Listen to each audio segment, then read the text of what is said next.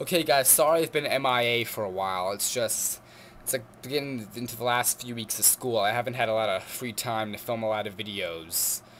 But, luckily, school is out in 2 weeks, so after that I'll have a lot of free time to make more videos. There is a lot of stuff coming, I promise you, but I'll get to that at the end of the video. But for now, let's get to what you all came here for. Star Trek, which is pretty much the first real big summer movie I've seen this year, because I kind of skipped over X-Men Origins. I don't even know what to think about that one. I've heard a lot of people say it was really bad, and I've heard a lot of people say it was really good. I don't know what to think about it. I don't know if I'm gonna see it or not, but all that matters is that, well, I've seen Star Trek, and I pretty much skipped after X-Men, so it's like the first big summer movie I've seen. But truthfully, I will be reviewing some of the more bigger summer movies coming out, like Terminator, and of course Transformers, and is that it? I don't think Angels and Demons. Angels and Demons. That's another big one. But I will be reviewing more summer movies along the summer. I will be doing a lot more movie reviews. Given that my Monsters vs. Aliens one just broke 300 views, I figured I might as well do more to please you guys. But anyway, I'm stalling. Sorry, let's get to the action. Now, I will admit, I'm not a Trekkie. No, I'm not. I am not a Star Trek fan. I'm a Star Wars guy. My childhood was the first 3 Star Wars movies, just pretty much every day.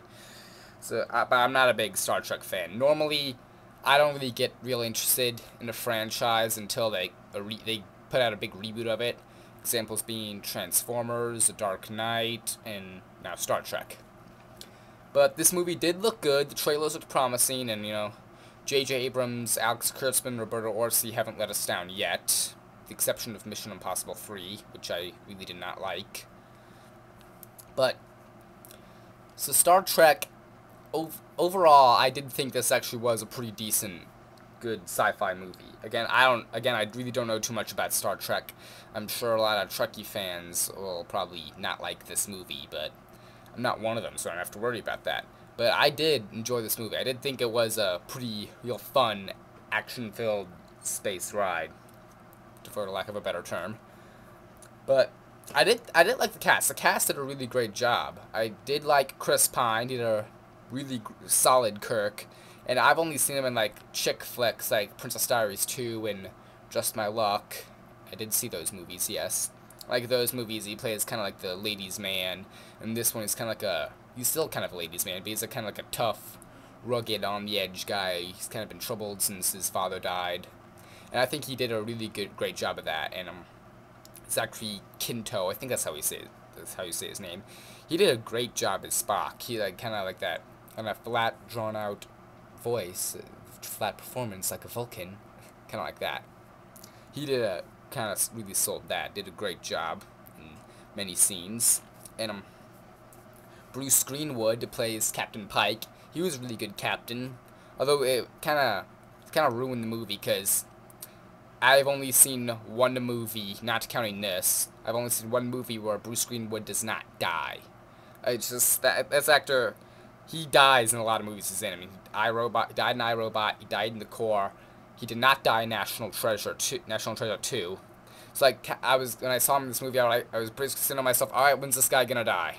Because he's one of those actors that has a habit of dying a lot. I'm not gonna say anything on him in the movie, but I was kind of expecting him to die because he is one of those actors that has a habit of dying. Next to John Hurt. John Hurt does die a lot. I think the only movie he hasn't died in was Harry Potter and Indiana Jones. And Hellboy 2 doesn't count because that was a flashback. But this was a really solid cast, and I liked what's his name? Carl Urban, I think. He was from Born Supremacy and Lord of the Rings, who played the Dr. Bones. He really does not look like him. If you've seen Born Supremacy and those other movies, and then you see this movie, like, that's the same guy? Because he really did not look like him. I don't know. And also I liked Simon Pegg. He was good in this movie, playing Scotty. He was a pretty good comic relief in this. Jeez, this review is gonna be long. The action scenes were really solid. There were some really great action scenes. Like the space battle at the beginning of the movie, that was just plain awesome. That was a really solid opening space battle. And I also like the space jump scene. That was really cool. I think that was the original way. Like, they dive out of ship and then it's just total silence until they land on thing, then get down to business. I thought that was an original approach to the action scenes. The thing that I kinda didn't like about this movie is kind of like split up 50-50. Like half of it was just hardcore, like really cool action. Half of it was just playing kind of goofy jokes. Like the first half of the movie is a lot more sillier, a lot more kind of goofy, a lot more kind of stupid jokes. Then like towards the end, it just gets into high octane action mode. But even then they do kind of stop in between places to just put in some kind of goofy jokes. And I was kind of annoyed at that pattern, because I just came to see a just hardcore action movie. This movie was surprisingly funny, I will admit that. It was surprisingly funny, and obviously when I saw it, there were a lot of Star Trek fans that were kind of laughing at some lines that I'm assuming were, since I don't watch Star Trek, I'm assuming they were throwbacks to the original show.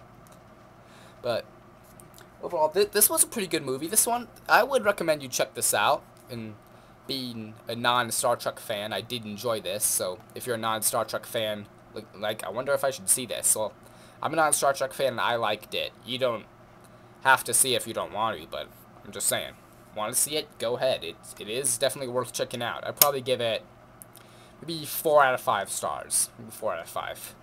Because again, there were a lot of kind of stupid jokes that kind of ruined the movie for me.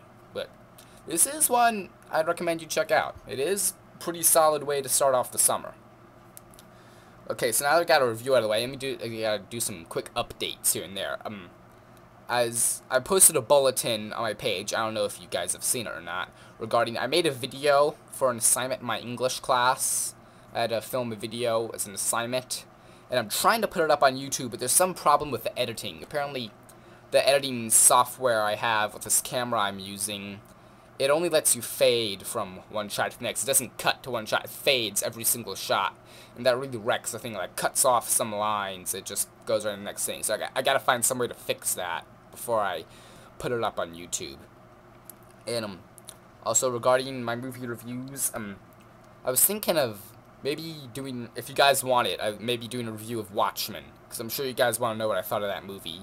Even though I saw it way before I saw Monsters vs. Aliens. It's just, if you guys want my review of Watchmen really bad, just say the word and I'll do a review of it if you guys want it that bad.